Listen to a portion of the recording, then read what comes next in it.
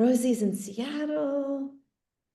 I know, Kapu, I'm the same. I split my time between Manhattan and Vermont, so it depends the day of the week where I am. But you are in New Hampshire today. Grew up going to New Hampshire to the White Mountains. I don't know how familiar you are if you're near that area. I'm about an hour south. I'm by the lakes, but I wanted to move to the mountains, and my husband's like, let's stay closer to Boston. We're always meeting in the middle. Compromise. Sometimes not always in the middle, but We're going to talk about that with sleep too. Yeah. Thank you, Lindsay. Yeah. Yeah, I would say beyond the beverage, I would grab, if I'm old school analog, so I'm like right now, I've got my journal next to me and my pen. So I would encourage you, because Lindsay's gonna spill some major tea that we're gonna want to, you might want to take some notes on. But I like to be prepared. So in the event that you're like me, um, yay! Andrea is here from the leadership team as well, the New York City leadership team. So glad to have you. And Myra's here as well from headquarters. Yeah, she's helping us with a little bit of tech in the background. But just a few more minutes as we let folks get in, and then we'll get started. Yeah, I definitely need this topic, so I was excited to join for this. Need all the tips I can get. This is, I absolutely, amongst my peer group, I just turned 50. And so I'm like definitely in this perimenopause phase of like my peer group of like really seems to be, that's the major conversation that we're talking about is sleep and lack thereof. So you can imagine selfishly, I'm taking copious notes to this all, but this is such a pertinent conversation, I think, in general, and I think especially right now in the climate we're in. And I think it's just we're so grateful to Lindsay and so grateful to all of you for leaning in and also wanting to be part of this conversation. It's like, really powerful. And I know that you'll all walk away having learned something and feeling like you've got that you're empowered to take hopefully some different actions and some different behaviors that can really benefit your life. So exactly. As I woke up at let's see, I woke up at 2 this morning and then at 4 this morning. So I was just like, oh, okay, yay. And apparently Lindsay's going to tell us that does not have to be our new norm. I'm excited to hear because it's been a thing, and I'm just like, I try to do the sleep hygiene, sleep a little bit earlier, but without fail, like clockwork, 2 and 4, 2 and 4, 2 and 4. I'm just like, okay, what's going on? Fab, your life's going to be forever changed after tonight. I cannot wait. Do you hear me? I'm excited. I mean, with the help of the team, we put this together, but I just like, I'm as with you all attending, just like taking notes. What can I do? Is it, I don't do caffeine after 10 a.m. And even that, it's only tea because I'm very, very caffeine sensitive. So no coffee, nothing, no stimulants, well, except for a little tea because I do end up with a caffeine headache if I don't have a tea, but I cut it off at 9 a.m. If I have it a little bit beyond that, I'm just like, oh my God, my whole night is ruined. My whole night is ruined. So like maybe some tips there, but yeah. Anyway, so a minute and a half and then we'll go ahead and get started. So thank you all again, ladies, for being here. Again, thank you to Lindsay and Sarah, who will be our moderator for the evening. Thank you. And for those of us I don't know, RealTalk is local to the New York chapter. Just to prime you for what to expect tonight, it is a little bit longer than your traditional Zoom meetings that we have in person. It's usually about maybe an hour and a half. So we try to tailor it similarly so that you get the whole experience as if you were there in person. So we just wanted to put the primer out there for you that it is a slightly longer, but it's because you will get such good information that you would not want to step away, but wanted to have that expectation set up for you all. Okay, we'll get started in maybe a few seconds, 5, 10. We'll just go ahead and do intros. And we'll go ahead and get started.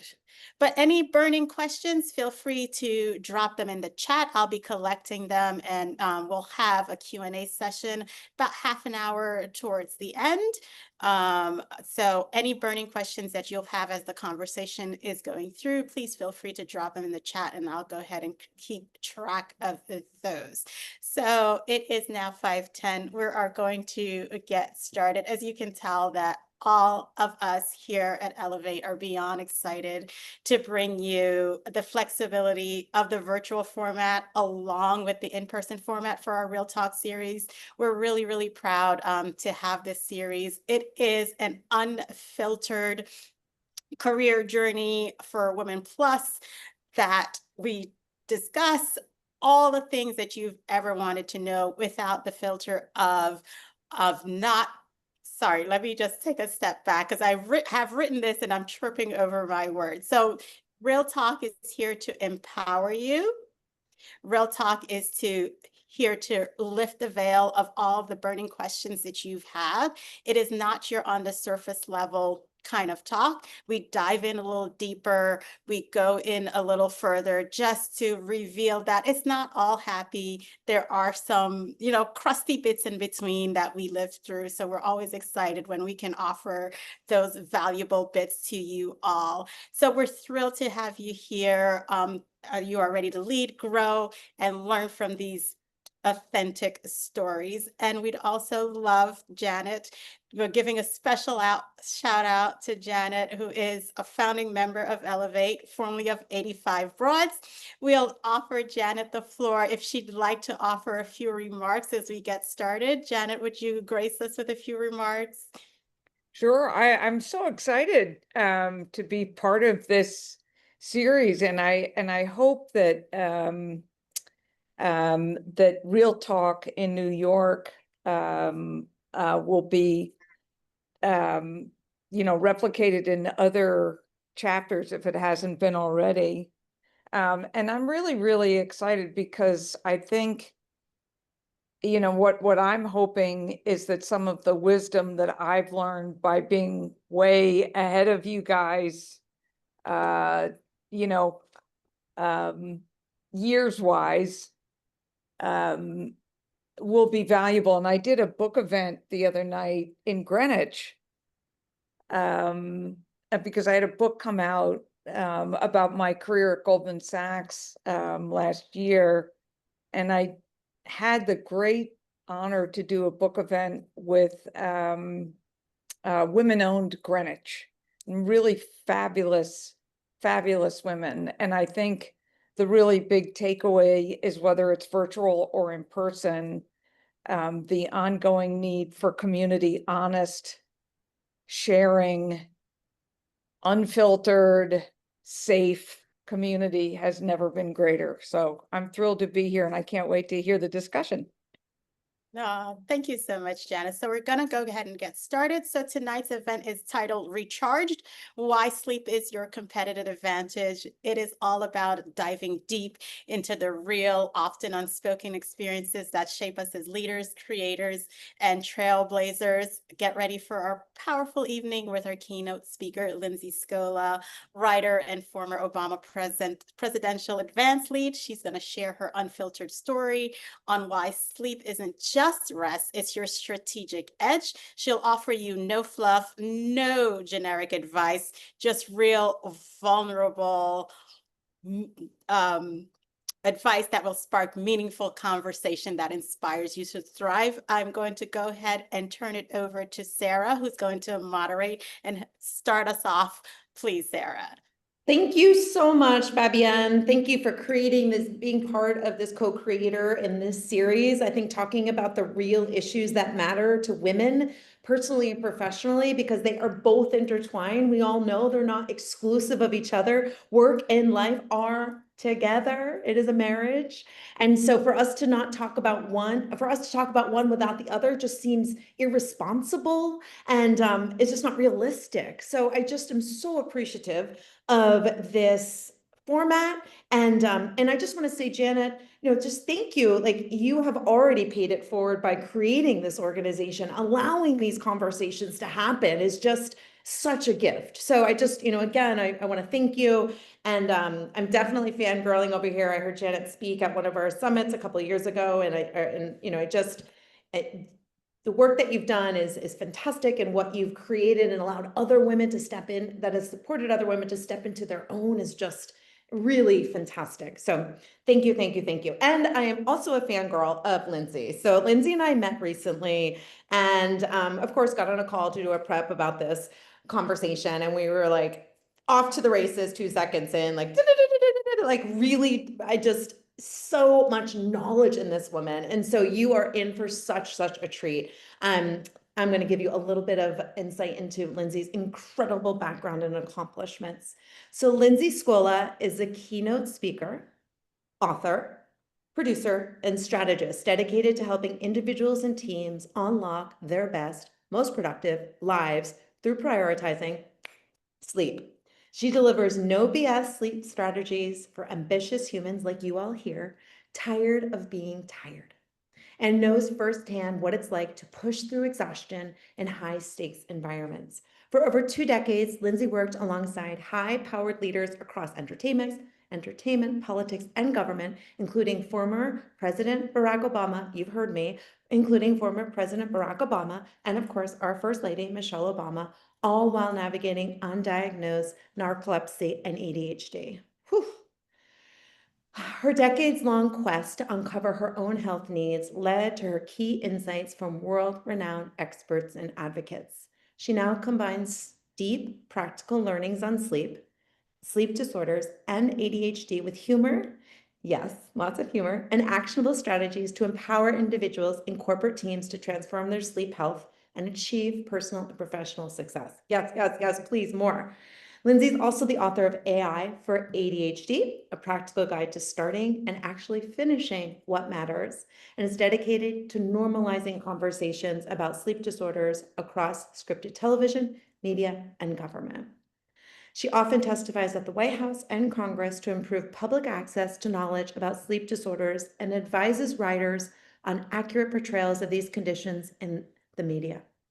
Recent talks include audiences such as Project Sleep, the University of Arizona, Avadel Pharmaceuticals, USC Gold School of Law, and the ATX Television Festival. As a writer, her work has been published in Self Magazine.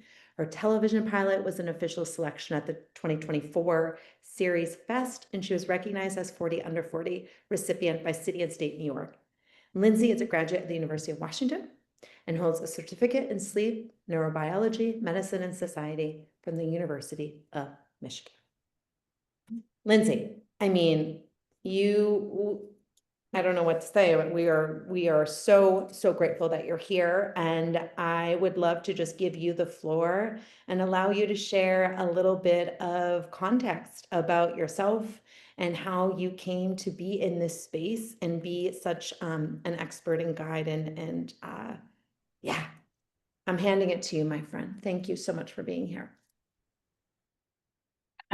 Amazing. Thank you so much for having me. I am going to tell you a little bit about myself, and then Sarah and I are going to have a lovely conversation. So, with all of that being said, hi, I'm Lindsay. Thank you for being here to take the first step toward turning sleep from an afterthought into your greatest productivity tool. But before we go too far, I want to tell you a bit of who I am. I'm a humor-driven storyteller and a late-night overthinker turned sleep evangelist, and someone who finally stopped confusing burnout with ambition. And yes, I'm also an accidental expert at laughing through the chaos. I collect diagnoses like other people collect cool sneakers. I have narcolepsy, ADHD, celiac disease, upper airway resistance syndrome, and Hashimoto's hypothyroidism, just for good measure. I live in LA with my husband and our hilariously dramatic standard poodle, Sandy. And I believe that great sleep isn't just important, it's your ultimate power move. The key to sharper focus, better productivity, and a life built not on chronic exhaustion, but on purpose, rest, and unapologetic joy. But I didn't grow up dreaming of being a sleep and productivity educator. In fact, until 7 years ago, I saw sleep as my enemy, the greatest obstacle to my ambition. That changed the day that I was diagnosed with a sleep disorder and realized I knew nothing about how sleep actually works. So I dug in, immersed myself in the research. I learned from leading doctors, advocates, and researchers in the field, and got my certificate in neurobiology and the science of sleep. But what I found didn't just help me, it gave me my life back. So let me tell you a story. I was one of those super driven kids. I mean, I staged my first walkout for unfair treatment in the lunchroom when I was 6. This was the first, but absolutely not the last time my parents came to pick me up from the principal's office. I also learned that I was a pretty extraordinary multitasker. I knew other people could do 5 things at once and I could do 11, but that didn't mean I wasn't going to try for 12. But when I was 16, I noticed something unusual. I started experiencing episodes of excruciating sleepiness.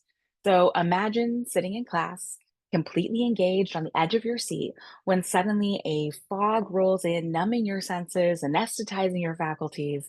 And I would try everything to stay awake. I mean, pinching my thigh, tapping my foot, anything to fight this overwhelming urge to sleep. And once I bit my tongue so hard that it bled, and then the thought would hit me like a hammer. If I don't go to sleep right now, I'm going to die. Quietly, I'd excuse myself and slip into a bathroom stall, fold myself onto a toilet seat, lean my head against a wall, and I would fall asleep. 15 minutes later, I'd wake up feeling better and slinked back into class. And when I finally described these episodes of crushing sleepiness to our family doctor, her response is still seared into my brain. You're busy, and busy people are tired. It felt dismissive, yet somehow like this rite of passage into adulthood. I wanted to do all the things, so I figured I just had to find a way to muscle through.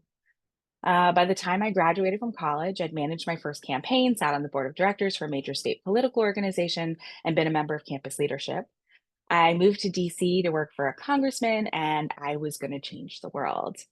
But on the Hill, everyone was busy. I was surrounded by the best and the brightest, where being tired was a badge of honor. And in a world where you're only as good as the number of hours you put in, quantity always trumps quality. My issue wasn't just sneaking naps in the bathroom. I felt foggy, slower, like I was constantly being lapped by my colleagues. I started to wonder if maybe I wasn't that ambitious. Maybe I didn't want it as much as my peers did. In early 2007, Barack Obama announced his candidacy for the president. I quit my job, I bought a car, I moved to Iowa. Now, I'm a Jew from Seattle, so it's probably no shock that this was my first time in the state. But later on, I went on to join President Obama's advance staff. Now, for those of you unfamiliar with the advance team, we're responsible for everything from logistics to aesthetics. So you know that moment when the president walks onto the stage and takes the microphone in front of perfectly steamed flags? Yeah, that was my job. I steamed those flags. Well, I also managed 75,000 person crowds and was the executive director for the 2013 inaugural parade. I still say my biggest contributions to American politics include steaming the flags at President Obama's race speech and painting a homemade healthcare banner at 2 a.m. in the basement of a Dallas synagogue.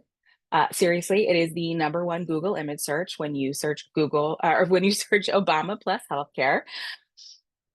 I was also responsible for this event when the then senator told me, I'm so cold, I can't feel my fingers.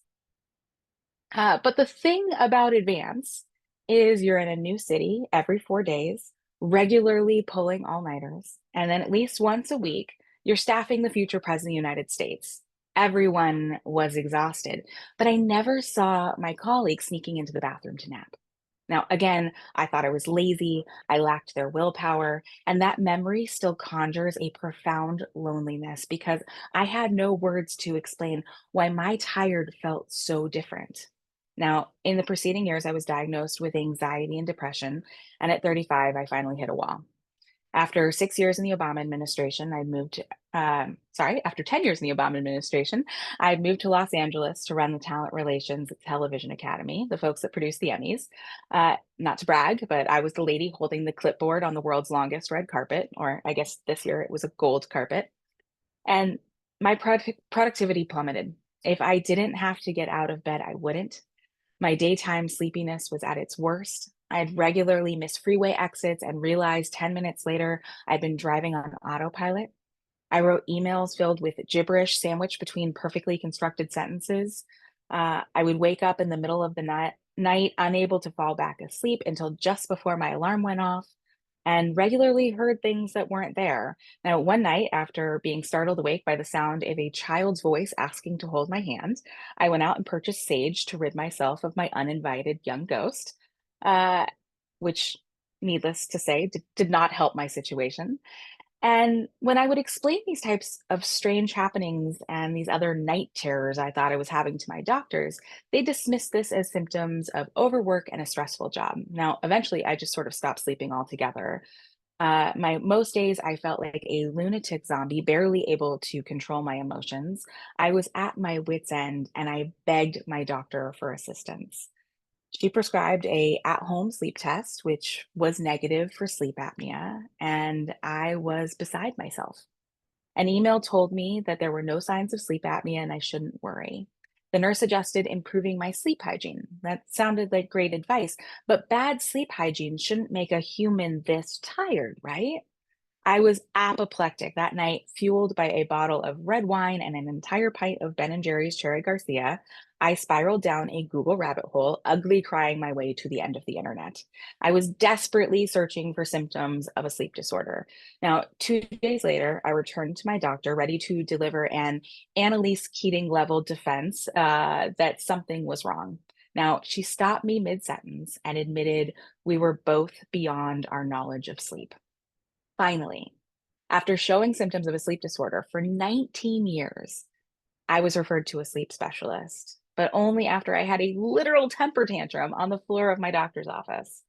2 months later, I was diagnosed with narcolepsy at 35.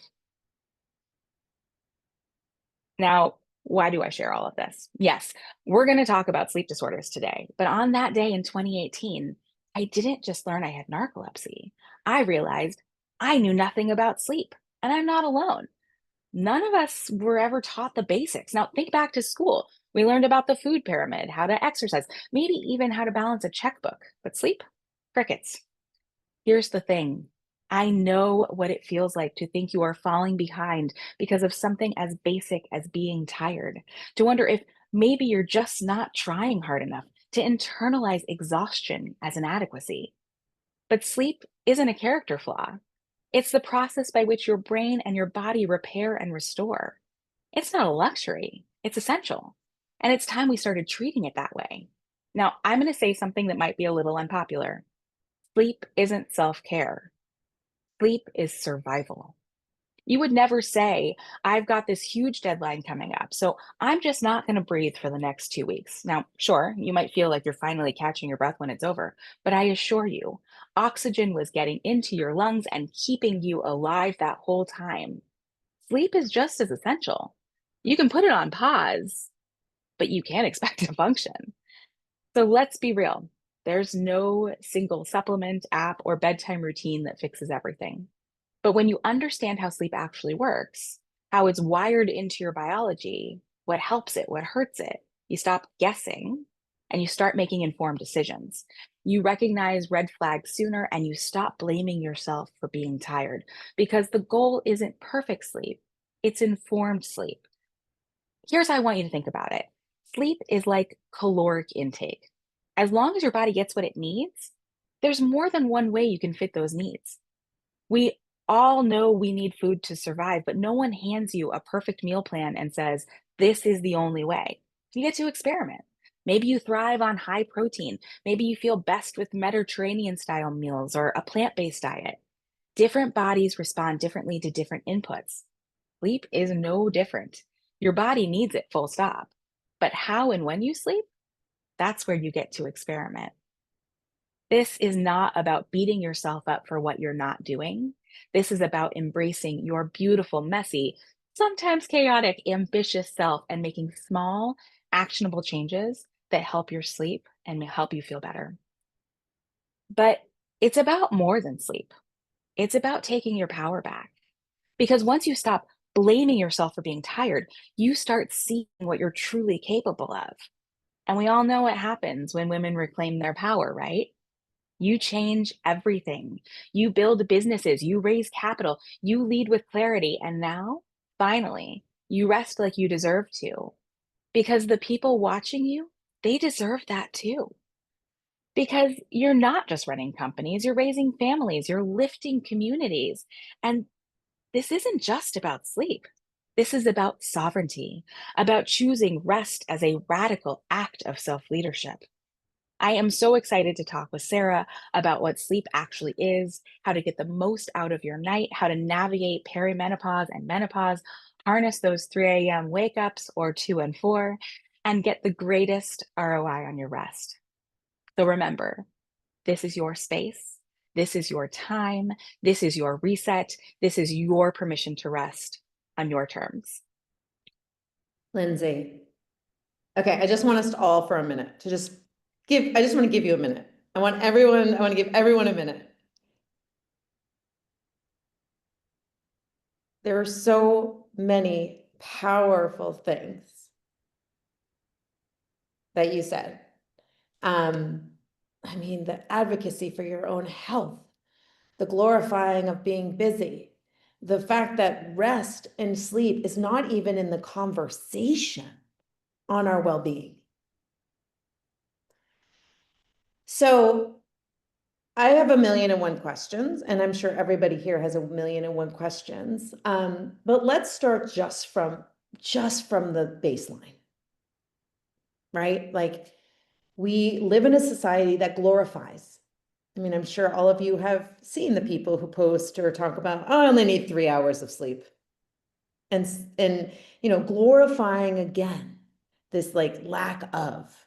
And when you feel like you need more sleep, you feel like you were saying before, like, what does that mean about me? Does that mean that I am the 5 a.m. club? I love the 5 a.m. club if I go to bed at 8 because I need that sleep. But Rachel, like, kudos to you for getting up and enjoying the start of that day. But Lindsay, if we could just take us to like anybody that is struggling or like I know we talked about, you said something really important to me when we were speaking. You were like, let's get beyond the sleep hygiene. Like, this isn't a to-do list where you're like, good, I am done, I'm ready to go, I'm clean. Can you give us a little bit of a starting point on those of us who are maybe struggling? And we all struggle for different reasons, but I think, like, where do you start? Where can people start? And then maybe we can go off into the different like areas of like, okay, well, what about the perimenopause and menopause, blah, blah, blah. So does that sound like a good place for us to start? Absolutely. So yes, our best sleep actually starts first thing in the morning. So before we get to how we make the most out of the rest of this, I want you to be getting light in your eyes as early as you possibly can. Now, when I say as early as you possibly can, I mean your morning. All of us are biologically programmed to wake up at different times. We have people who wake up before the sun, people who wake up with the sun, people who wake up after the sun, and then we've got a fourth group who is a little bit more inconsistent. So when your morning is, I want you to get light in your eyes. Now, I am a night owl to the max, so I'm not getting light in my eyes sometimes till after 8 a.m., and that's okay. It's the first thing that you do. Now, it's not just through the windows. Windows take out some of the light spectrum. So if you can get outside and get 10 minutes of light into your eyeballs, what happens is it goes down your optic nerve, and it actually starts this 24-hour circadian rhythm clock that we all have. And so that's going to be the first step to anything that you're going to want to do that's going to improve your sleep. And then when we talk about when we get to the evening, we're going to talk about a couple of things as we go along, but know that a couple of things are happening in the background for you throughout the day. So first, you have something called adenosine, which is a chemical that is building up in your system throughout the day. So if you imagine you wake up in the morning with an empty balloon, And as you go, that balloon fills up a little bit more, a little bit more, a little bit more. And then at the end of the day, it's ready to pop. That's our sleep pressure. And so when that hits that ready to pop moment, that's the time that our eyes close and we're ready to go to sleep. Now, also what happens along this is that sometime around the evening when it starts to get dark, your body starts naturally producing melatonin. And that melatonin is not a chemical that makes you sleep. It's sort of a dimmer switch. So it is the first cue to our brain that we are wrapping up and turning down. And so just file those away from when we're talking about fixes with our sleep. But then, so when we get to this evening time, some people are crazy routine people. You have to have a routine for everything that you do, and that's how you function and you thrive. I am not one of those people.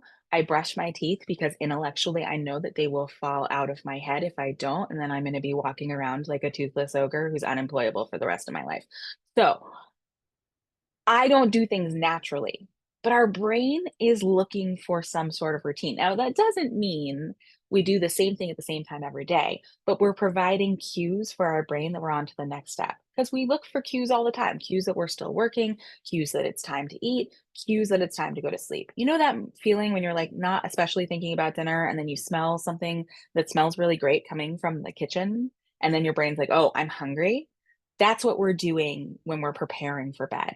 So for some people, that's going to be sound, scent, different types of light, moving to a different part of your house. I put on the I'm absolutely not leaving the house clothes. You know, I'm definitely a late night person, but around 10 o'clock, I've got an alarm on my phone that tells me to go wash my face. Does not mean that I'm stopping for the day, but it tells my brain, like, we're moving on to the next thing at some point here. And so when we start doing those, we give our brain cues that it's time to wrap up. That's the first thing that we want to do. I've always hated the term, well, not always. Since I got diagnosed with a sleep disorder, I have hated the term sleep hygiene because the way it has been presented to us, it comes off as a checklist of things that we absolutely have to do, or we are doomed to be shitty sleepers for the rest of our lives. And that's not the case because what works for Sarah is going to be a little bit different than what works for me and all of us in this room. And so, really, what we want to look at is more of a menu of options of things that we put into our personal toolbox that help us figure out what we're going to do to get ourselves ready for sleep. So, I really like scent. I associate different scents with different things. I've got a scent that I use when I'm trying to focus during the day. I've got a scent that I go to when I want to wrap up at night. And then once I get in bed, I really like sound. I have a very loud and sometimes mean narrator. She gets a little louder and meaner as the night goes along. Her name is Janet, and in the best way possible. She, for any Good Place fans out there, I named her lovingly after Janet from The Good Place. And I need to have her stop talking to me at some point. So I used to think that I had to sleep with the TV on. And what I found, it actually had nothing to do with the TV. It was the dialogue. When I hear other people talking, it shuts my noise off. So now I have a sleep mask with flat Bluetooth panels in them. And I put on a comedy show that I have already seen, so I am not emotionally invested in the outcome. And I set a 30-minute timer on my phone. And once that turns off, like I very rarely make it to that moment. And so what you find works for you is going to be a little bit different. Some people like to experiment with different sleep music, so like light instrumental. Some people like different sound frequencies. White noise, if you're going to be like drowning out the background of something, if you have car noise outside your apartment or you sleep next to somebody who snores loudly. We're going to talk more about that soon. We have pink noise, which can help for some more like deeper REM sleep that like helps with sort of our dream state. And then there's brown noise, which is a little bit like thumpier type of music or type of noise frequency. But that can also sort of shut down the monkey mind thing that happens when we go to bed at night. All of that to say, I want you to experiment and play. You're going to try something that you love, you're going to try something that you hate, and you're going to figure out what works for you. I do not believe that the phone is a big bad thing at night. The thing about the blue light that we've been told about, sort of any light spectrum is going to disrupt our melatonin production. So really, the melatonin is kicking in 4 to 6 hours before we go to sleep. And when, you know, we've got full lights on in our living room, the TV on, looking at our phones, iPads, whatever. So you're getting that light spectrum already. So if you do find that you are light sensitive, you can put on the night filter on your phone and your devices. The biggest thing that actually keeps people awake when they're using their phone at night is the content. So what we want to be doing at night, we've given that cue to our brain that it's time to wrap up.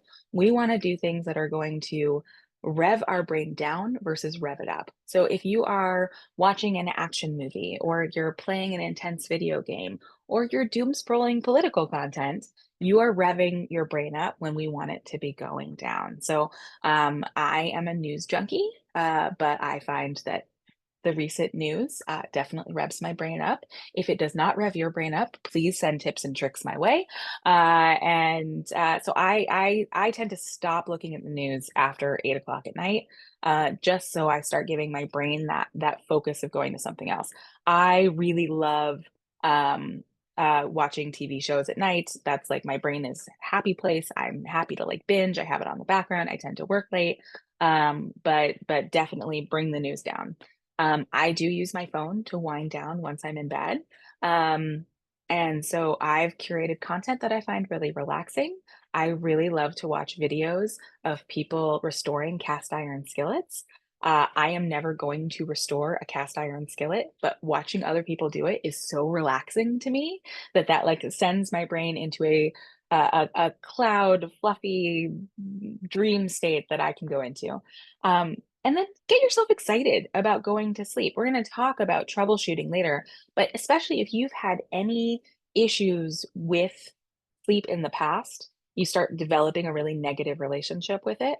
I want you to get excited. What are the silky pajamas you enjoy putting on? What's your favorite weighted blanket to crawl underneath? What is that thing that makes you excited to go to that next stage? And then lastly, before we move on this, your bed is for sleep and sex. It is not for anything else. So if you are someone who has struggled with your sleep at all, don't move into bed at 5 o'clock at night and like start watching TV and reading and working on your laptop. It's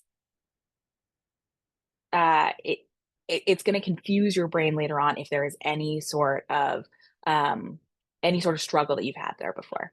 So hopefully that's helpful in describing that situation. Amazing lead into this conversation. Thank you so much. What I greatly appreciated, and thank you guys, keep the comments. There's tons of questions, Lindsay, we're gonna get to them. Don't bother yourself looking, we'll get to them. But what I really appreciated is this sort of, it's not a one size fits all. And so I love how you were not demonizing the phone, for example, that you were not demonizing television watching, for example, before you go to bed. And so I appreciated and beautiful comments about people listening, to white noise. I love the sense. How are you like really training your brain? And I think that ties into the comment you made when we spoke previously about it not being just a checklist and I'm done. It is a way of life. You have to be consistent. And I think like as a coach myself, like consistent behavior produces consistent results. And so the only way that you're going to get a desired result is if you're consistent in the behavior you're doing. And so the hardest thing is the beginning of it, is to gain that sort of consistency, right? We all know the hardest thing to change, Absolutely, behavior change, is actually changing the behavior. But once we start changing that behavior, it becomes a little bit easier the next time. And so I really appreciated that. And if you could share just a little bit about, I know there were some questions as it related to, is there any recommendation that you have? And again, I love these questions, but also bear in mind that your own sleep hygiene DNA is going to be specific to you. So like, and Lindsay said this, what works for Lindsay is not necessarily going to work for me. But what we hope is that you hear all these examples and ideas, and especially in the chat, when you share what you do in the chat, someone else might say, hey, that's a great idea. I'm going to take that home with me as well. So I think like us sharing this is really powerful. But as it relates to, someone had asked about I think stretching or like, I always wonder about movement and working out and like what kind of impact that might have on sleep if you work out too late. And I wondered if there's anything that you could share as it relates to that. And if we should be also just tuning our body down and not getting it all revved up physically before we go to bed. So what I was saying that there's those four different biological determinations of where you sort of fall on that sleep structure. Some people, they need to rev down at night. So if you are one of those wake up at 5 a.m. folks before the sun, you're not going to want to work out at night. Like your brain is all about shutting down the power system at that point. Um, you're going to want to work out earlier in the day. Your best workouts are going to be, first thing in the morning. If you're one of those people who works out with the sun, your best workouts are generally going to be in the middle of the afternoon. People who are night owls can work out at night, but the problem is that they are revving themselves up in a society where they still have to function in like the 9 to 5 hours. So if you find that working out at night makes you too revved up, bring it down earlier in the day. But then when I was talking about that sort of like inconsistent sleeping group, you might find that actually working out at night helps your brain sort of settle down and prepare for sleep. So this is a totally personal thing. There is no one size fits all in the like stop exercising, 3 hours before you go to bed, stop every 6 hours before you go to bed. Exercise is really going to be determinant on what feels best for your body. It's a little different than eating. When our body takes time to digest food, which can actually interrupt our sleep cycle. So you do want to pull back on food later in the night. Is some people do need like a little bit of like a protein carb snack, like almond butter or a banana or something like that, closer to when they go to bed. But bigger meals and that type of stuff we want to do earlier in the evening, so we have that digestion piece. But that's based on when you do go to sleep. So somebody who goes to sleep at midnight or 1 a.m., it's totally fine for you to have dinner at 8 o'clock. So it's, again, there's no button to push on this. It's really going to be what feels best for your body. If you have more questions on this, we're going to talk about my sleep course at the end, but I give excellent schedules for folks for how to determine your sort of energy waves.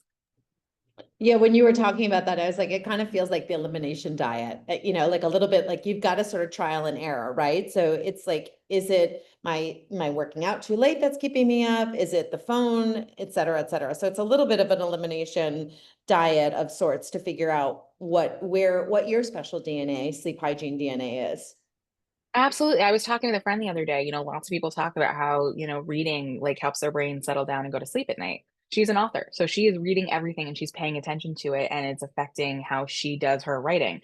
So she's keeping track of every word that she's reading. And so she had to stop reading at night because it was revving her brain up, versus somebody else who might find reading before they go to sleep really super relaxing. So again, that's going to be super personal.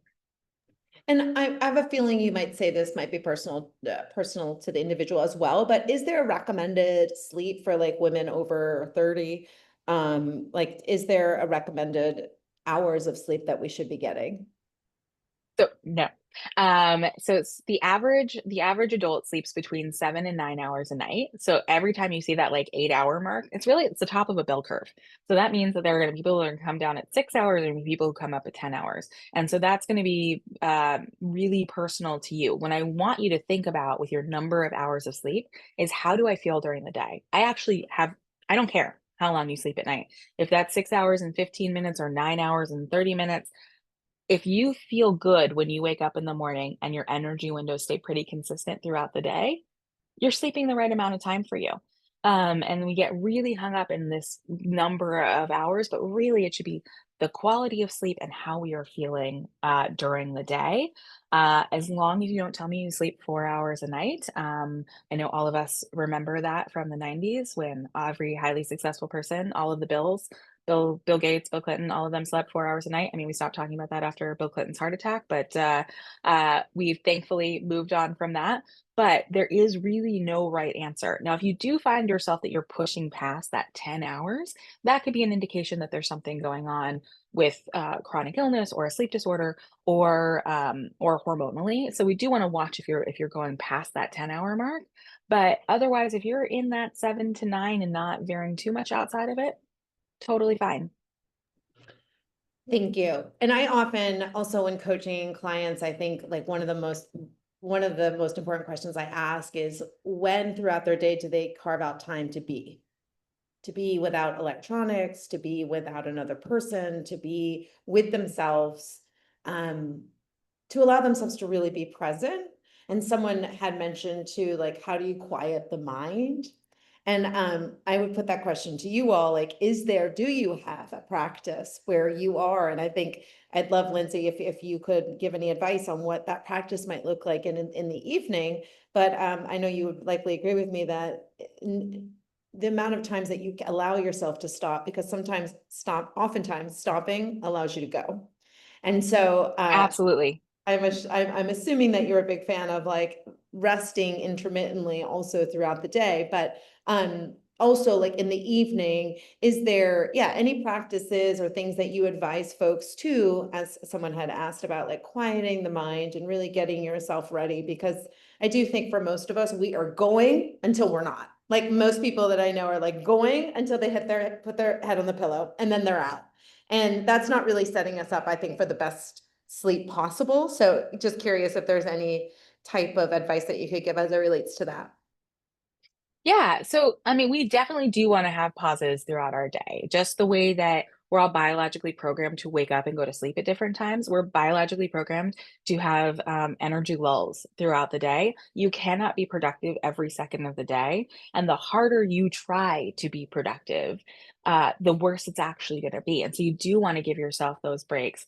Whether that is through, taking meditation, a little bit of a walk, or a nap. I like to do my meditation practice much earlier in the morning. I find that I have a very hard time focusing in. I know we can never fully turn off when we're meditating, but I have a very hard time focusing in the evening. And so I actually, like, before I go to sleep, I have a little game that I play on my phone that is just like matching patterns.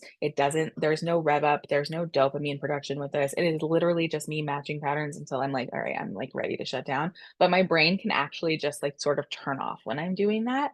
And so that one is like, that's an easy one for me. Or like, like watching something that's like really light, or so I like save up by like cute animal videos that people send me. So that's something that I do more at night. So I like to meditate in the morning. I'm a big fan of napping. I have an online shop called Good at Naps. This is something I firmly believe in. If you want to take on naps, you don't want to do more than about 25 minutes, because what happens with sleep is that we have about a 90-minute sleep cycle. So we go light sleep, deeper sleep, deep sleep, REM sleep, and then we do the whole thing again. Now, if you wake up in deep sleep or REM sleep, you are going to wake up extremely foggy. It's something called sleep inertia, and you're actually going to feel worse than when you laid down. So we definitely don't want to hit that period. So we want a shorter nap. I tell people to set an alarm for 30 minutes, because unless you have narcolepsy like I do, you shouldn't fall asleep the second your head hits the pillow. If you are falling asleep the second your head hits the pillow, we want to talk about sleep disorders. But for most people, you need a couple of minutes to wind down to fall asleep. So if you set an alarm for 30 minutes, that should give you the appropriate amount of nap time, and that's going to wake you up before you hit a deeper amount of sleep. And I do want to caution that if you are someone who struggles with any form of insomnia, when we talked about that balloon filling earlier, napping is basically a pinch on the balloon. We're holding off that sleep pressure from building up for a little while. If you struggle with insomnia, you need all of the sleep pressure that you can get so that you can fall asleep at the time that's right for your body. So if you pinch that, you're not going to get enough sleep pressure. So we want to caution you not to nap if you struggle with insomnia. But that doesn't mean you can't turn off in other ways. Going for a light walk that's not pushing yourself, Sitting someplace that you find really peaceful and just doing some breathing. I love to box breathe, where you know, breathe in through one side and hold it, breathe out through the other. And you know, try some different types of breathing. That's like a really nice way to quiet your brain and just, you know, pause before you move on to the next thing. And trackers seem to be very much on the mind of many of these incredible women that are here today. And so I'm curious if you could talk a little bit about trackers and yeah, your thoughts on them. If you struggle with your sleep at all, please don't use a tracker. Because when we'll talk about this more, I'm sure in a second, but effort is the enemy of sleep. So when we talked about wanting to rev our brain down before we go to sleep, any sort of extra data that our brain is trying to focus on is going to keep our brain from sleeping. So the same way, and we'll talk about the 3 a.m. wake ups here in a minute, but the same way we don't want to look at the clock, we don't want to be looking at all of this extra data because it's one more thing that we're going to punish ourselves that we're not sleeping right. And the truth is that if you're looking at a tracker and it shows you how much deep sleep it thinks you're getting, like that's not going to really change much for you. Now, if you are an extraordinary sleeper, you have no problem falling asleep, no problem, you know, getting the most out of your evening, go for it, use it. You might find that if you work out 2 hours earlier in the day, you get more deep sleep and like you're enjoying playing with that, that's fine. But if you struggle with your sleep at all, I want to caution you to just take a break from all of that data altogether because it can give people so much anxiety that it flips the other way onto their sleep. I couldn't agree with you more. I mean, I'm a data nerd, and so I love the Aura Ring, and I love, you know, anything that tells me. And I think we're primed to want to know because we want to do better and be better and help our bodies. But sometimes it's like stepping on the scale is not like the most adequate description of my body. And so it's hard sometimes when we look for an answer. We're hoping that it's going to deliver what we want, but oftentimes it doesn't get the whole picture. Absolutely. Look, I am a total like tech data nerd. Also, I wrote a book about AI. Like, I love this stuff, but the best measure for how well we're sleeping is how we feel during the day. There is no data source that's going to give us something different for what we need to make decisions about our sleep. And is there a reason that some of us can fall asleep really quickly and then we get interrupted by sleep? Not even like there's not any, you know, known interruption. Like it might not be you're snoring, it might not be a sound, it might just be like you're just awakened in the middle of the night. And like, is there a difference? Yeah, from like falling asleep, the difficulty of falling asleep and waking up in the middle of the night. Like, what are the difference between those two? And if you can give a little bit of insight into those of us who wake up in the middle of the night and have struggles sort of getting back to sleep. So I want to let you all in on a secret. Waking up is human. All of us wake up. We are biologically programmed to wake up. So there's two things going on here. Back when we were living in the caves and we needed to know if the lions were coming into the caves, we were programmed to wake up so we could get away from the lions. Now, fast forward, deadlines, work stress, family life, kids, all of that are the new lions. So our brain is got, you know, thousands of years programmed to keep us doing this activity. And so really when we talk about the middle of the night wake up, it's not the wake up that's the problem. It's how we get back to sleep. So when we talked about those cues to help us fall asleep when we're going to sleep, in the middle of the night, it's a toolkit for helping us get back to sleep. And so this is helping your brain go back to that biology. You're safe. So I want to give my brain the note that it's safe. And then we go back to sleep. Now you might find that putting your sound on helps you go back to sleep. That's what I do. You might find that getting up and doing something else is helpful. If I, you know, am up for 15 minutes and I haven't fallen back asleep, I get out of bed and go and do something else. I really hate cleaning. So if I go and attempt to clean something in my house, my brain says I would like to be literally anywhere but here. Let's go back to sleep. So it's repositioning yourself. So we've taken the stress, we've taken the blame, anything that we can do from lying there and going, oh my God, I have 3 hours before I need to wake up tomorrow. Tomorrow's going to be terrible. I've completely blown my week. Because remember, effort is the enemy of sleep. So any effort we put into going to sleep, whether that's falling asleep at night or when we wake up is going to backfire on us. So we want to tell our brain that we're safe. We want to take the stress out of that. Don't look at the clock. Definitely don't play sleep math. If you start playing the sleep math, like I've got, 2 hours and 17 minutes left, and what am I going to do? You're revving your brain up. And if you're someone who wakes up with genius ideas in the middle of the night, do something with them. Our brains are like snow globes. You cannot force the snow to stop falling. All you can do is make a good landing pad for it. I am someone who regularly wakes up with that business idea that's going to change everything. Spoiler, it usually doesn't. My middle of the night ideas are never as great as I think they are. But I write them down. I've gotten it out of my brain, and my brain can now go back to sleep. I have ADHD. I'm very prone to monkey mind. And I will wake up with, like, oh my God, I didn't send that email. I am going to lose this client because I didn't send that email. Truth is, I'm not going to lose the client. I can send the email tomorrow, but I'm not going to remember that I didn't send that email tomorrow. So I will write that down so that there is a place for it. I find that ChatGPT, the app on my phone, is really helpful for this because it will store that information for me. So I can say in the morning, like, what notes did I give you in the middle of the night? And then we can make a game plan for that. But get it off of your brain. You will never force that snow to stop falling. So whatever we can do to just make our brain feel like we are taking care of it, we are nurturing it, and we're comfortable to move on to the next thing. And so if you're trying those things for a long time and those aren't working, that's when we want to look at chronic insomnia. So chronic insomnia, if you have 3 nights or more a week for over 3 months, the rule of threes, where you are unable to fall asleep, unable to stay asleep, or waking up too early, we want you to see a sleep specialist for something called cognitive behavioral therapy for insomnia. That is the gold standard for insomnia.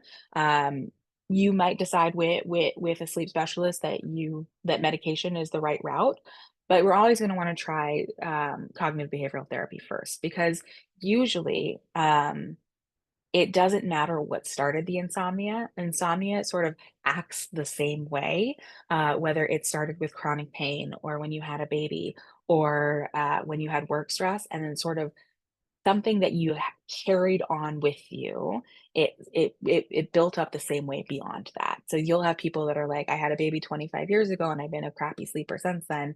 There's been a reprogramming of sleep that happened along the way, and cognitive behavioral therapy is the gold standard in helping you get back to a healthy relationship with sleep. And part of that is starting to actually write down thoughts like, I have had a bad night of sleep before and I was fine. And that's, again, getting back to your brain feeling safe in that moment.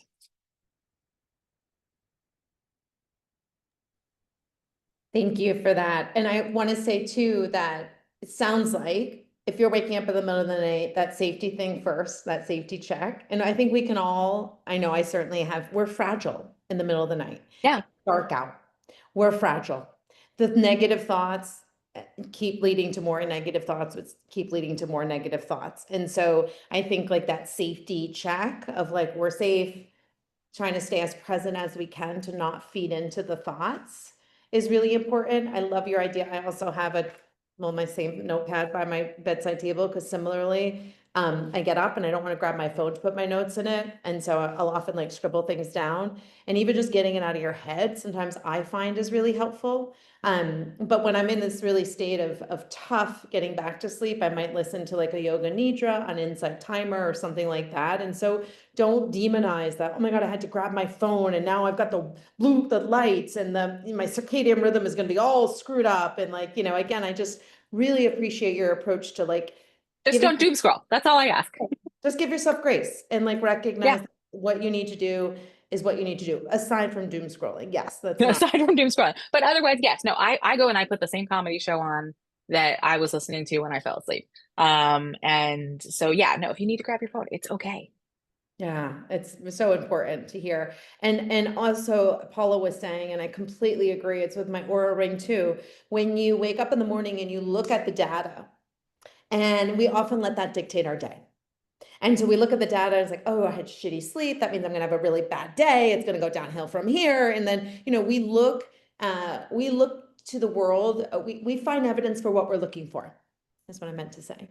So if you wake up in the start of the day and it's like it's going downhill from here, you're going to find evidence to prove that. So, I think that point earlier, that's just, if we can just, similar like with our clothes, like sometimes a number on the scale again is not the best indication. How are you feeling? How is your body feeling? And how are you feeling? Not necessarily like what that number on your Oura ring or your sleep tracker or the scale's telling you. I think this is actually a great lead in to talking about perimenopause and menopause and sleep. So just like you're talking about getting that data in the morning is a cortisol spike. So when we are going through perimenopause and menopause, we have that estrogen drop. That estrogen regulates our sleep-wake cycle. Estrogen regulates our temperature regulation, and it regulates our mood. So we are super prone to extra cortisol spikes. So when you are getting those cortisol spikes unintentionally, you're aiding something that is already happening biologically and sort of amplifying it. So when we look at our sleep with this, there's a couple of things. Now, hormone replacement therapy can help your sleep because you're replacing estrogen back in, which is governing that sleep-wake cycle. But as we get older, we tend to get less deep sleep. So we're going to be more prone to waking up in the middle of the night. We're going to be more prone to these moments of lighter sleep. And we want to make sure that we have that same toolkit ready. But in addition to this, we also want to look at the temperature control because our body really needs it to be cool to sleep. Those are our sort of like key things around sleep. We want it to be cool, dark, and quiet. So we want to look at temperatures between like 60 and 67 degrees in the bedroom. I sometimes find that is I'm sorry, I'm on a boat that is rocking a little bit for a second. I sometimes find that when I go to sleep with the cold temperature, I'm too cold in that moment. So what I'll do is I'll throw on a sweatshirt and heavy socks. And then I know when I'm about to have that heat moment in the middle of the night, I can take off some of those layers. Hold my laptop like this for a second. And the by doing that, we give ourselves a lot of options. The other thing that you can look at with this is having cooling or moisture wicking sheets if you're prone to sweating when you get hot flashes. Those are going to help take off some of that extra moisture or heat that's surrounding you. And then, it's definitely not going to be in any, Pinterest dream situation for bed design, but have a separate blanket system from your significant other so that you can peel back blankets if you get too hot. So if you are someone who goes to sleep a little bit on the colder side, then you can peel that blanket off and you're not fighting with your significant other about who has what blanket and where they're at. And it'll just make it a lot easier on the compromise. If there's someone who does not want to go to sleep with a colder room, tell them to put on an extra layer. They love you and they support your health. But we definitely want to make sure we go to sleep with that cooler room. And then, if you are having an issue with the sort of circadian rhythm cycle on this, we definitely want to get that light first thing in the morning. You might want to take a little bit of melatonin for a period of time when you're trying to adjust to your sleep schedule. And I'm not talking the like 5 milligram, gummies that they sell at the store. I'm talking like 0.3 to 1 milligram of melatonin. We make melatonin naturally. But again, it's that dimmer switch. So sometimes if we are having a problem with our circadian rhythm, especially during the summer when we're not getting the darkness earlier to help that process start, having a little bit of that in our system 4 to 6 hours before we go to sleep can help with that transition for us. If you take too much, people tend to think of melatonin like it's a sleep medication. It's not. If you take too much of it, it's going to spike your cortisol. You're going to wake up at 3 o'clock in the morning, completely unable to go back to sleep. Or you're going to wake up too early or feel especially groggy. So definitely if you are adding melatonin in there, keep it on the lower end. If you're feeling like you need to up the dosage on that, that's an indicator to see a sleep specialist. And then the other thing on estrogen is that when the estrogen drops, the internal structure of our airway starts to collapse a little bit. So we start seeing more sleep apnea and upper airways resistance syndrome for women over 40. So sleep apnea is already pretty common. It's 1 in 5 people, but you're more prone to it as a woman the older you get. We've been sold this idea that sleep apnea is only like overweight middle-aged men with like a square jaw and a round neck, and it can happen to anybody at any size or any sleep structure. I got diagnosed with upper airways resistance syndrome at my absolute thinnest, and it had absolutely nothing to do with my weight. My issue is that my tongue is a little bit too big for the inside of my mouth, so it falls into my airway when I'm sleeping. I never stopped talking, so my husband had a field day with that diagnosis. But there are so many things that we can do to treat this. It's not the just like huge CPAP anymore. There are 1,000 different types of masks and tubes and noises. There's also, I wear an oral appliance that pulls my bottom jaw forward, keeps my tongue from sliding back. And there's different medications now that can help tell your brain to turn back on. But we don't see the same symptoms for women, especially women over 40, that we do in men. So it's not just loud snoring or gasping for air.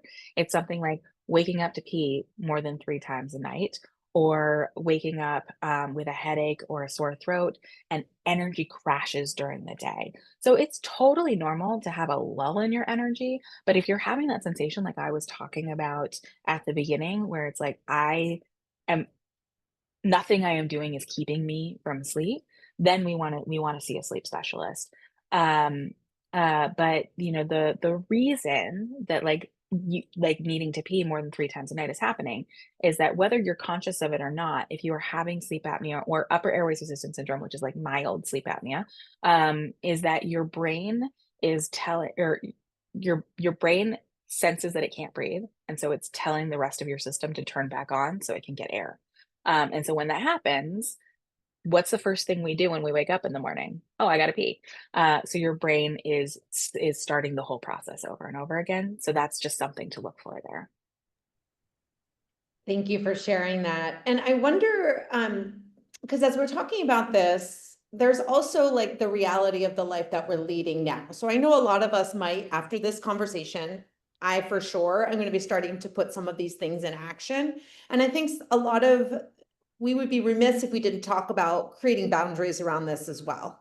And I think that, you might have a plan, but unless other people are aware of that plan, especially if it's a person that you share a bedroom with, that you can be really setting yourself up to fail. And so I'm just curious, like, how you were able to establish those boundaries and create that hygiene so that you really set yourself up for success. Because I also know that in general, we are not the best boundary creators. And so, yeah, I just would love your thoughts on that and what's contributed to your success as it relates to that. Well, I think it's learning to communicate what you need on this, and recognizing that places where we think we're going to be judged, we actually end up getting m- more appreciated for sharing what's going on than we initially thought. I have always been a complete open book about everything. When I got diagnosed with celiac disease outside of an epic meltdown on the phone with my mother that I was never going to eat my own wedding cake, to which my Jewish mother was far more concerned I'd find someone to marry, so she let me cry that one out. Uh, you know, I was like, my intestines had a seat at the table. I was happy to talk about what celiac was. I was finding gluten-free food. The minute I got diagnosed with narcolepsy, my first thought was, I don't want anyone to know. I don't want people to judge me that I need more sleep than other people. And the truth is that once I got public about it, I was really embraced with open arms with people. And there was a lot of privilege in that for me, that I work for myself, and I can tell my clients when I'm online and when I'm not. But when I went back and was doing some advanced work, for the Biden White House, uh, there are some cultural things, which I'm sure we have all gone through with our jobs, where people do stuff just sort of for the sake of doing it. We've always done it that way. And so there were meetings that were being held at 11 o'clock at night, because we've always sort of had these meetings at 11 o'clock at night. And I was like, I have to be honest, like, this is not something that my brain can handle. So is there information that you need from me before you have that 11 o'clock meeting? I'm happy to prepare it for you in advance. Otherwise, I'm not going to be joining that. And I'm happy to have this conversation with you tomorrow morning. And maybe we should consider that this isn't the healthiest thing for everybody else that isn't being involved with this. So I think it is modeling these conversations, especially if you're in a leadership role with where you work, because the people below you are going to start seeing that as well. You know, a lot of us have grown up in these places where we're just told to work and work and work and work and work and work and work, and that you want to be the first one in and the last one to leave. But if we start modeling this from the people above us, we start seeing that there's this space for all of us to grow in these habits, especially when there's people with sleep disorders that need a space to nap every day. We should be having offices where everyone has an opportunity to nap. We're going to be better, more productive teams. So that's important there. And then also with the person that you share a bed with, you might find when you really look at your energy mapping, one of you needs to be in bed at 9 o'clock and the other one doesn't want to go to bed until midnight. That doesn't mean that you need to go to sleep at the same time. You know, go to bed, have a cuddle session, have a conversation, relax together. And then the late night person, they go out and they continue to do the rest of their stuff and come to bed later. And then that morning person, they're as quiet as they can in the morning to protect the sleep of the late night person. And that starts with that conversation. And there's so much societal noise that's like, you got to do it this way and like respond to an email right when you get it. And it's such a disservice, right? Especially if you're a leader and you have others on your team that you have no idea what kind of struggle they're going through. And when you're responding to an email at 9:30 at night, and that just gets the whole team expecting that's the norm. And so I think like delayed send is like the best thing that was ever created. It's the best. Create and send, like delayed send is the best thing that's ever been. I love working till 1 a.m. sometimes, and like I can get like 45 emails done, delayed send for the next morning. I wake up feeling like a total champion because everyone has the stuff in their inbox first thing. But I haven't like set the tone that I'm expecting people to respond to this stuff at night or read this stuff at night. And most times people are going to miss stuff anyway. So yeah. Give yourself grace again. And I love how Paula said she works in the talent HR space and helping leaders unlearn. Yeah, unlearn these norms. And it's so true. Like Paula, I mean, I certainly in my transition in life had to relearn because I was so like, you say jump, I say how high. I don't care if it's 10 at night, midnight, like I am at your, beck and call. And if I don't respond, then I'm not, the superstar. And the reality of it is, and you talk a lot, we're not even gonna be able to get into it, but I think in her course, and if this is something you want to learn more about, I think you probably go into, how sleep can really benefit everything from the way being a better decision maker, making you even more effective. Like there's so many more benefits, right? If we could just flip that script as opposed to encouraging less, if we just actually leaned into more and broke those sort of old societal, dated, antiquated narratives, we would be much better off. And we're starting it here by having this conversation is a great start.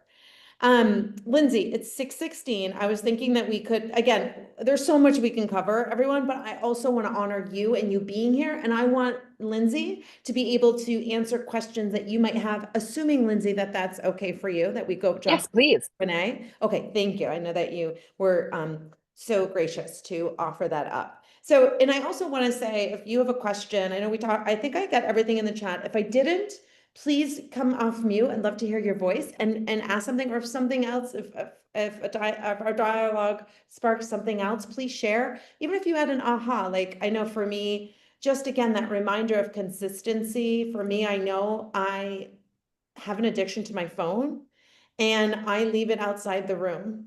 And so, if anyone is a fan of Atomic Habits, it's such a great book. And it's like, if it's within your reach, if it's within your eyesight, it can be helpful and a deterrent, right? So if they want something that you don't want to have access to, don't have it accessible to you. And so old school alarm clocks are great. Oh my gosh, I have that. But then someone put something in the note, which was really great, or in the chat rather, that said, looking at the time, because I tend to look at the time just to have a sense of like, do I have a few more hours, or is my alarm clock going to go off in 30 minutes? And so I, again, back Turn to it the other direction. Yeah.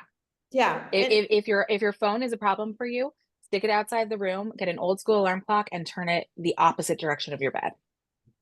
So even, yeah. And I think like, again, that personalization of like, for me, I don't do the math, but it's more of like, I like to know like, am I in this mid situation, or am I closer to the end and where I'm gonna get up? But in any event, just like there's my point to say that this conversation has really brought up a lot that I want to bring back in. And I love the scent thing too. Like, I'm huge in scent, and lavender is one of my favorites. And so it's a beautiful way to prime you for bed. And so, that's a great reminder as well. So I just want to open up the floor. Any ahas, any questions, anything you want to share, the floor is yours.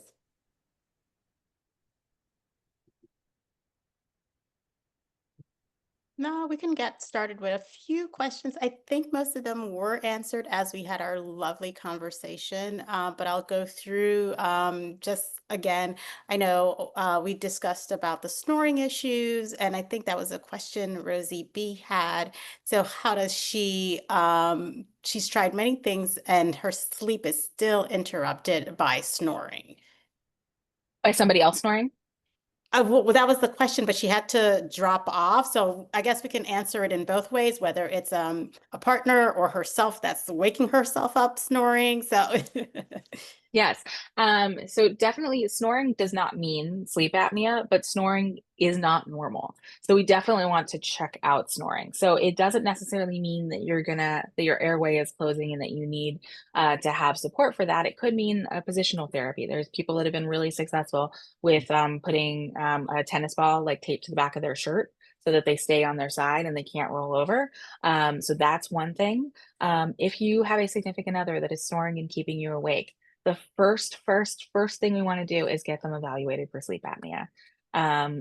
Sleep apnea, especially in men over 50, is a leading cause of heart disease. It can cause stroke, death, insulin resistance, back to death. We've had lots of people that have died in their sleep because of untreated sleep apnea. And because we see the jokes on TV with the person with a giant mask, we tend to laugh it off. And it is pretty common, but only 18% of people are diagnosed. That means that there are 50 million people wandering this country not knowing that they're in need of medical attention. And so if you do sleep with somebody who's keeping you awake from snoring, we want to get that snoring checked out. It's not just an annoyance. This could be something that's potentially really affecting their health. And so we want to get that checked out first and foremost. If they've gotten checked out, they snore because they have sinus issues or they just have small nasal passages. White noise is super helpful for this. The sound sleep mask I use is really great. It also makes sure that it keeps it totally dark for you. So if you've got any light that's coming through the windows, or I'm really sensitive to indicator lights on things, you can get stickers for those, but I just I have my blackout. And so white noise is probably one of the better ones. You can keep that on all night. That's not going to disrupt your sleep. If you are someone like me who falls asleep with something like listening to a comedy show or you like sleep stories or podcasts, you want to set those off. So if you leave those on, those are going to wake you back up. But if you keep noise frequencies on all night, there's nothing wrong with that. So if you do need to block those out, because a lot of you are in New York City, you are not immune to noises. A siren or a taxi horn at 4 o'clock in the morning is going to wake you up. White noise is something that's really great for that. And it sounds Awesome. like too, so sorry, just it sounded like a specialist is recommended, because there is obviously already some resistance probably from our PCPs or sort of the healthcare system as a whole. And so it sounds like, really to get the support you need, and a specialist is really someone that you need to be going to. Our general practitioners have less than 2 hours of sleep education. So they are going to be barely familiar with some of these disorders. There's 80 sleep disorders. In those 2 hours, they did not have time to cover those. They are definitely not familiar with sleep apnea in women, how that shows up. I bet most of them have not heard of upper airways resistance syndrome. It took me 19 years of explaining symptoms to doctors about narcolepsy. So you definitely want to see a sleep specialist. Most times it is covered by insurance. You may have to get a referral from your PCP to get there, but don't take no for an answer. What the worst thing that the sleep specialist is going to tell you is that you don't have a sleep disorder, which is great information to have. But I cannot highly say that enough that you need to see a sleep specialist if you are dealing with something that's potentially a sleep disorder. Great, thank you. And Kapu also had to hop off, but one of the questions that she had is that she only manages to fall asleep with podcast or sound frequencies, but ends up waking up in an hour and is wide awake.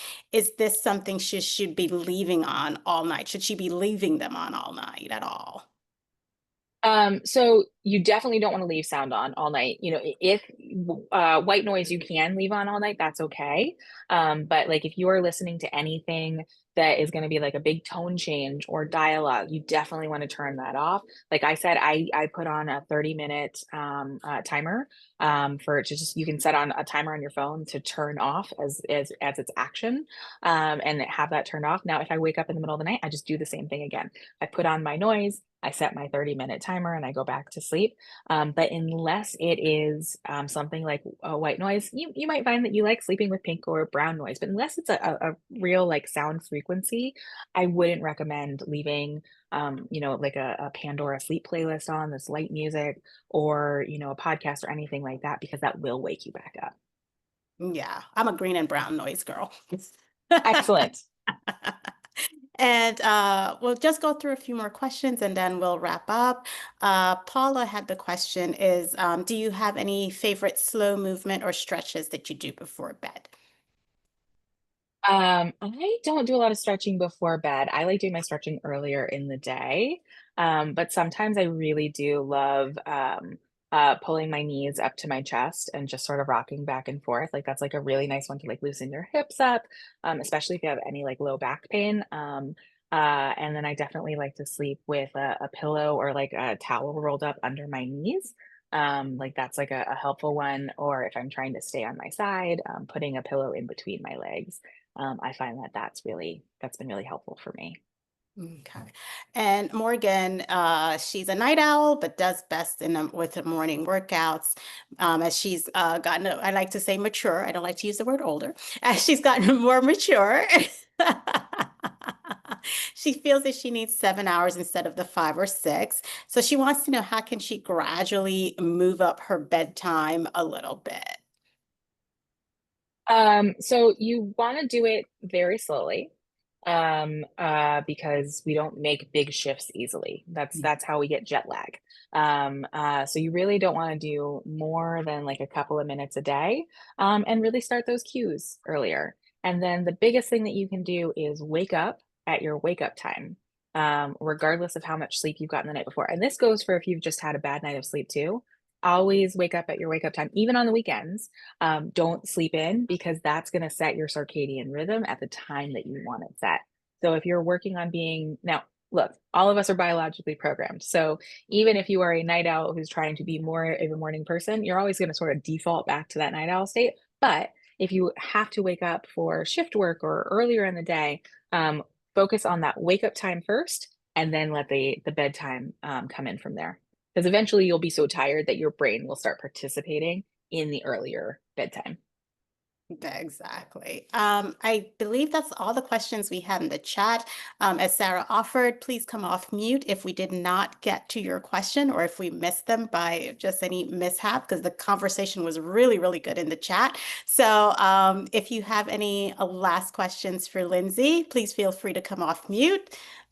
And if not, we'll wrap up. Or if you're inspired to try something maybe that you heard today too. Yes. Okay, awesome. Well, Lindsay, it was so wonderful to have you. I for sure have gotten such loads of information that I will be putting into practice. I will keep you up to date about my 2 and 4. Yes, thank you. Hopefully that has resolved. So I offer to you to close us out. Let us know where our Elevate members can find you. Yes, thank you. So everything is going to be at my website, lindsayscola.com. There are multiple ways I'd love to stay in touch. I have a regular Tuesday newsletter called Rest Assured, where we talk about all of these things. I do corporate speeches for teams to personalize, talk about issues that are going on in your company and how everybody can have the best sleep practices, how we talk about this with the team so that we're getting the best out of everybody. And then I am so excited. My new online course, which is self-paced, so you can watch it at your speed and your time, is launching next month, called Sleep is the Power Move. And we're going to be sending everybody who attended a discount code for 50% off, and you're going to be some of the first people who are going to have access to that. And really, really super looking forward to staying in touch with this community and being a resource. I also do one-on-one coaching if you want to move beyond your best sleep ROI, and you know where to find me. Awesome. Well, thank you so much. And thank you everyone for being here. It's truly, truly such a pleasure to always have you here with us. And just a little housekeeping. Sarah will be hosting our morning mingle, which is every other Tuesday. Every other Tuesday, Sarah, am I getting the schedule right? Second Tuesday of the month. Every month. 8 Yes. o'clock, so nice early networking, Eastern time. Exactly. So every other Tuesday, I'm still getting it wrong. Second Tuesday of every month, virtual morning mingle on the website. It's just your opportunity to network with a bunch of wonderful women, keeps you energized, you connect and you network. And Sarah will also be hosting on July 10th, What's Next, which is Gain Clarity and Confidence in Your Career, which is a free masterclass for ambitious women who's ready to stop guessing and start moving forward with purpose. So you can connect with her there. And I'm also going to drop in the chat our LinkedIn page. If you have not joined us there, we have wonderful, wonderful content there. We're trying to build it up. So the more we have of an audience, the more we will kind of put stuff there. But all our events are there. In the event that you're not able to get onto our website, you can register there and sign up for our future events. So I'm going to go ahead and drop that in the chat. And just a really, really, really great thank you for all of you for being here this evening. And we will see you hopefully at the next in-person event, but moreover at the virtual events as well. So we've hoped that this has been a very, very informative session for you. And we look forward to seeing you very, very soon. You all have a wonderful evening and we'll catch up soon. Thank you, Fabienne. Thank you, Lindsay. Thank you all so much. Bye-bye. Thank you.